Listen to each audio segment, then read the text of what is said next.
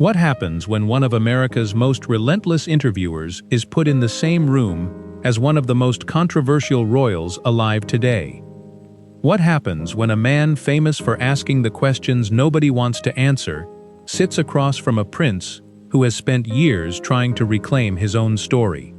It's the kind of setup that practically guarantees tension from the very first second.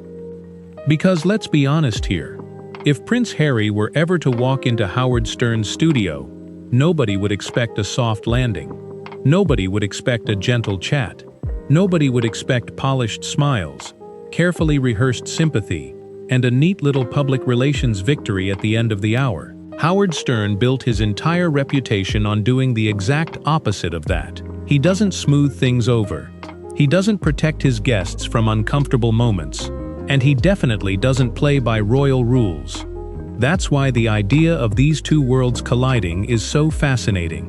On one side, you have a royal figure who has made global headlines for years through interviews, documentaries, memoirs, and public grievances.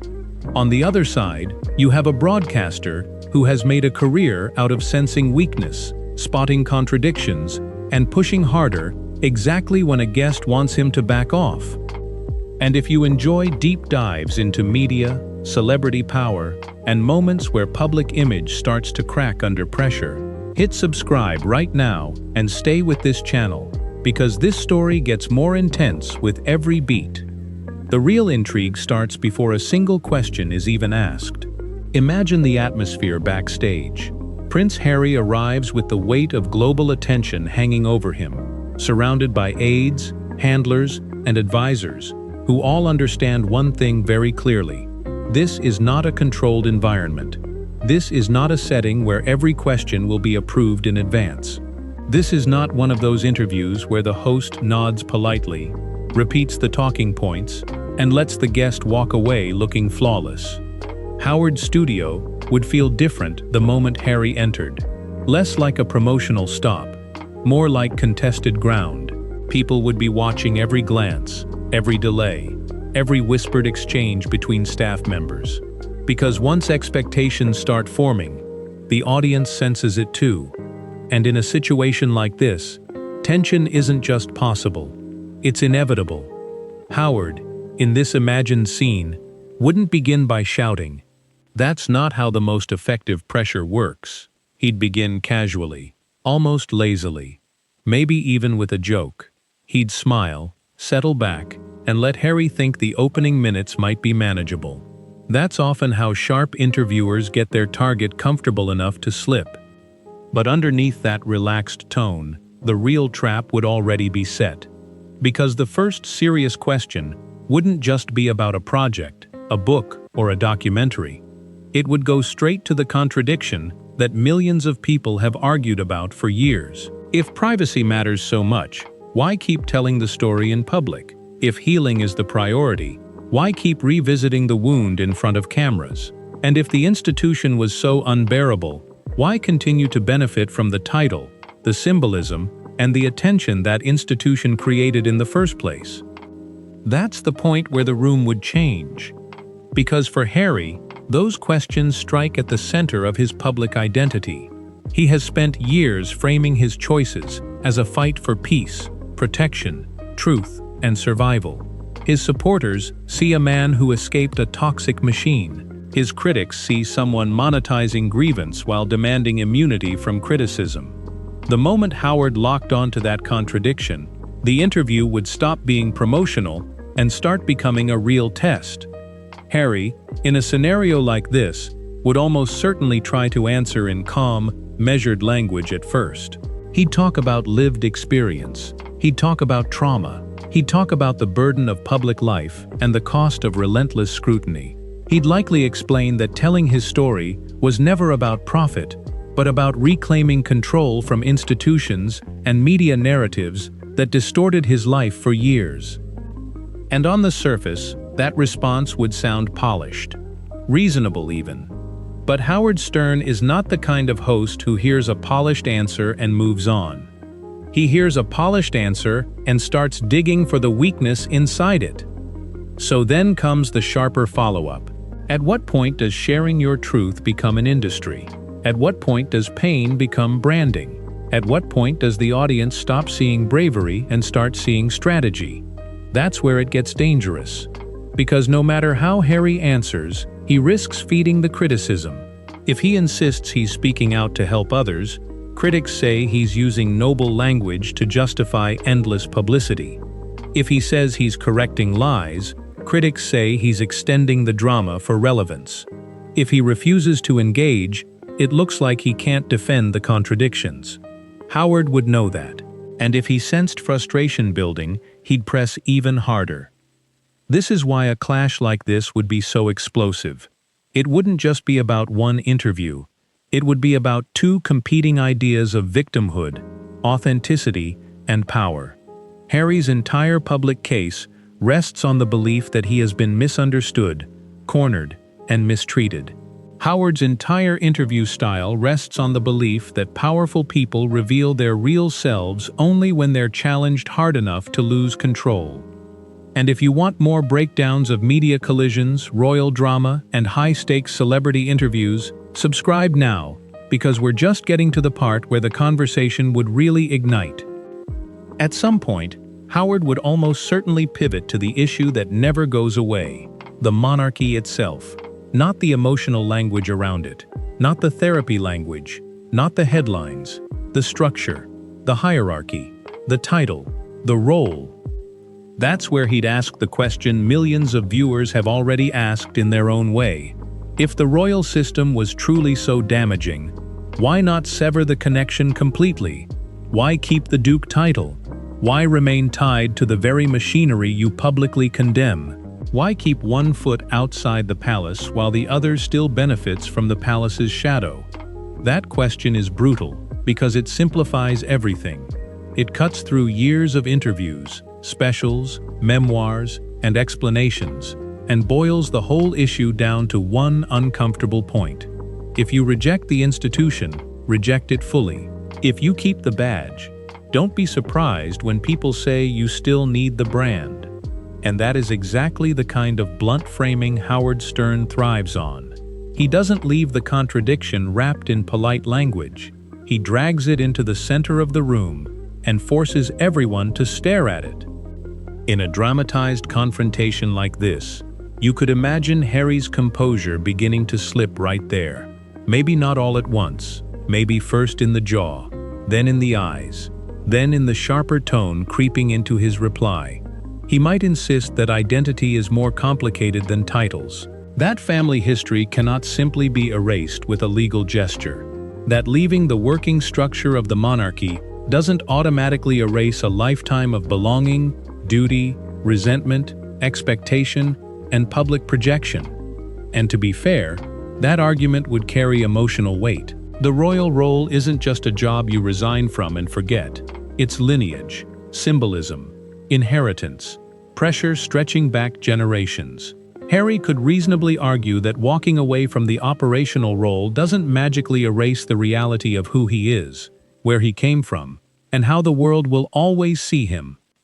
But again, Howard's instinct in this imagined exchange would be to attack the weakest seam in the explanation. If it's not about the title, then why use it? If it's not about visibility, why build projects around personal exposure? If it's not about status, why keep cashing in on the mystique of royal life while denouncing the structure that created that mystique? That would be the moment where the interview shifts from tense to volatile. Now imagine Harry pushing back harder. Not with polished talking points, but with genuine irritation. He might accuse Howard of reducing deeply personal issues to cheap cynicism. He might say the host is trivializing grief, trivializing mental health, trivializing the pressures that come with being born into an institution designed to consume individuality. He might insist that the public has no idea what it feels like to live inside that machine from childhood, especially while being watched, compared, criticized, and judged at every stage of life. That's a powerful emotional defense, and for many viewers, it would resonate. But for Howard, emotional force alone is never enough. In fact, he often sees intensity as proof that he has finally reached the real issue. So instead of stepping back, he'd probably step right into the fire. He might suggest that beneath all the noble language is something much less flattering: resentment. Resentment toward the institution, resentment toward the media, resentment toward family, maybe even resentment toward always being second in line, second in importance, second in historical significance.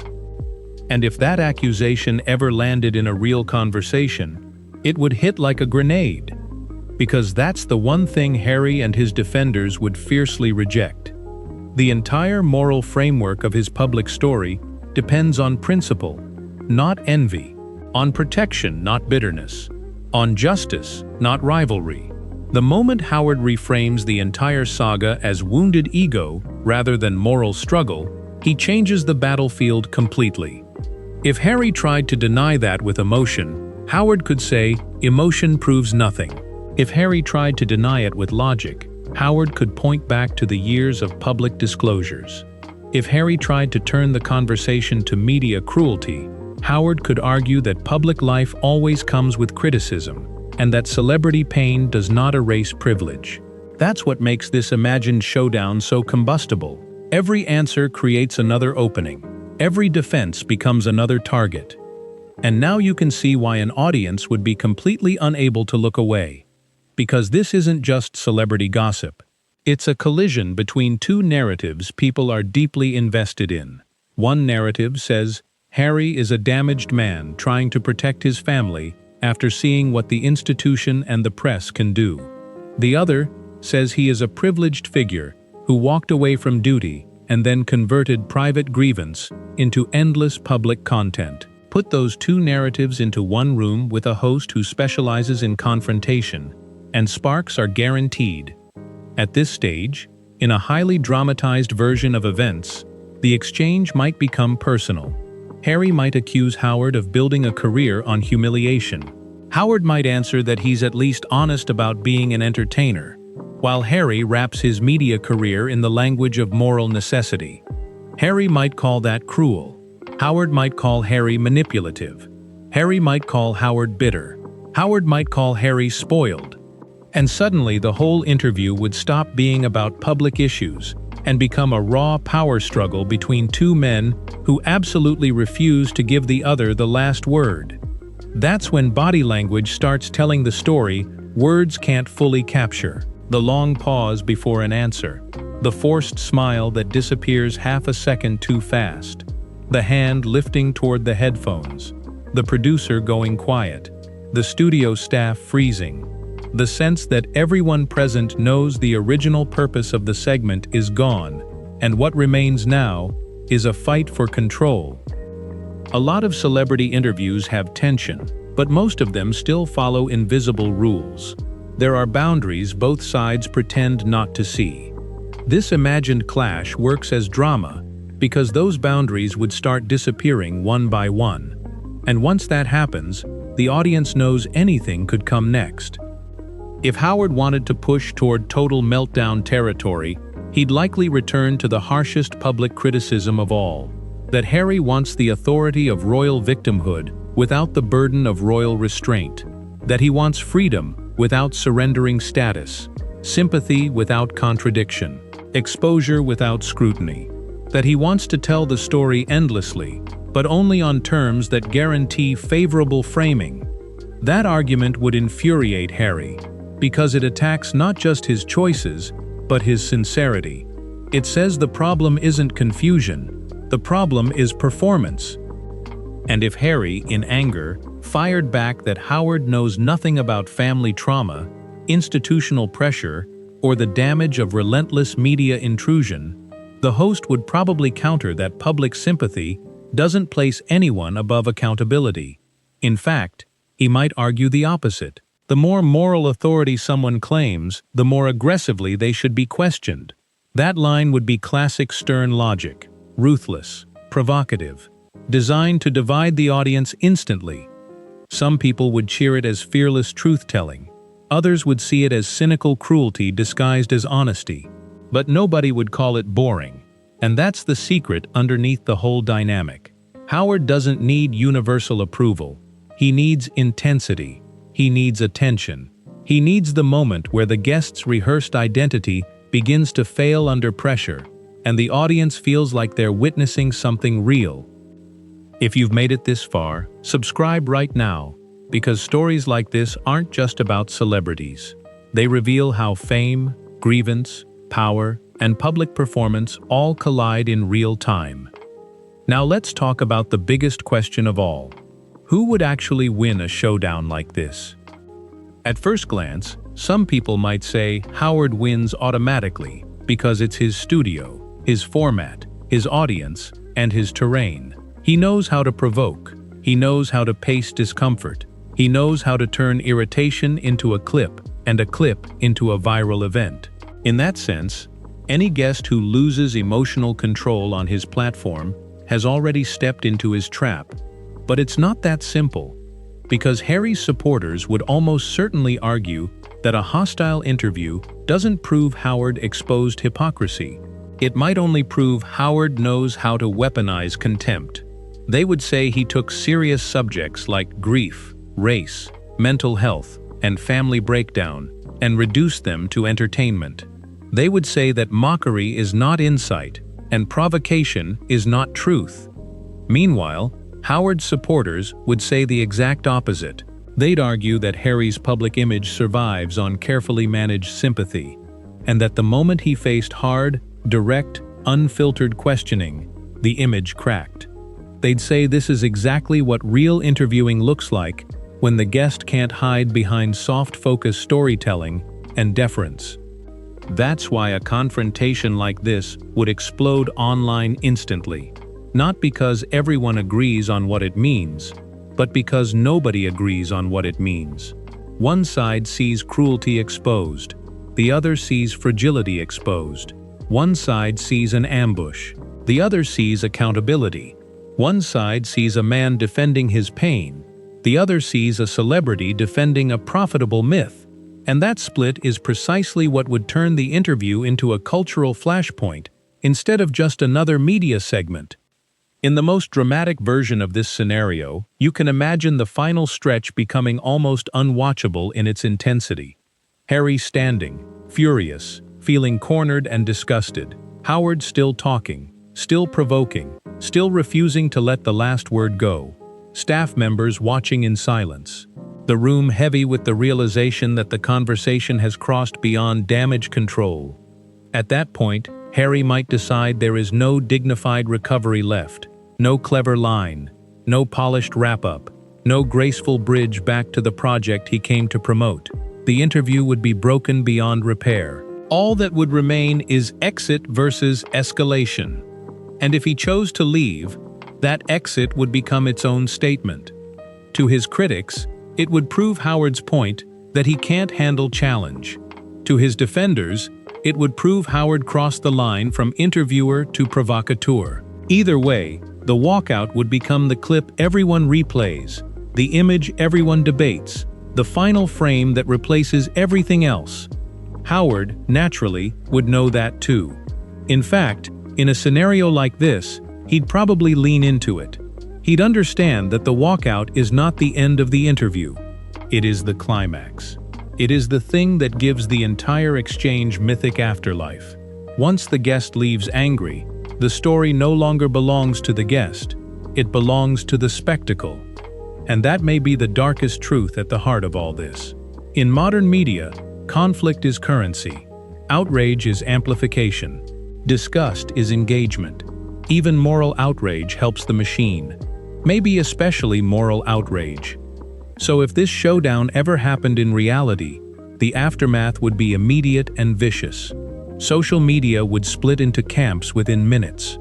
Headlines would frame it as either a brutal takedown or an ugly ambush. Supporters on both sides would clip their favorite moments, strip out the context, and turn every sentence into ammunition. Commentators would rush in. Royal watchers would dissect every expression. Media critics would argue over whether Howard exposed something real or simply engineered a meltdown for ratings. And Prince Harry, whether seen as victim or architect of his own troubles, would once again find himself at the center of the exact cycle he has spent years claiming to hate. Public conflict transformed into worldwide spectacle. That's the final irony, isn't it? A man who says he wants peace keeps ending up in storms. A host who built a career on chaos keeps proving chaos is still the fastest route to relevance. And the audience, no matter what they claim to think of either man, keeps watching. Maybe that's why the idea of this confrontation feels so believable, even as a dramatized thought experiment, because it fits both characters too perfectly. Harry represents modern grievance wrapped in moral language. Howard represents old-school confrontation wrapped in entertainment logic. One wants control over the story. The other wants to blow control apart on live air. Put those impulses in the same room, and of course it feels explosive. In the end, maybe the real lesson wouldn't be about who won.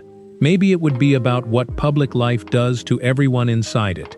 The prince becomes a symbol. The interviewer becomes a weapon. The audience becomes a jury. And truth gets buried under performance, loyalty, resentment, headlines, and heat. Still, if you're asking what would happen if Prince Harry ever tried to face off with Howard Stern in a truly unfiltered setting, the answer is simple. It would be messy, unforgettable, deeply polarizing, and guaranteed to leave both sides claiming victory, while the internet burns for days. And that, more than anything, is why a showdown like this would never just be an interview. It would be an event, a spectacle, a collision between modern celebrity victimhood and old-school media brutality. No safe landing, no clean ending, just tension, ego, accusation, and fallout echoing long after the microphones go cold. So what do you think? Would Howard expose Harry, or would Harry expose Howard? Would this be accountability, or just cruelty packaged as entertainment? Drop your answer in the comments, and if you want more high-drama rewrites, royal breakdowns, and media takedowns, subscribe before you go, because the next story might be even bigger.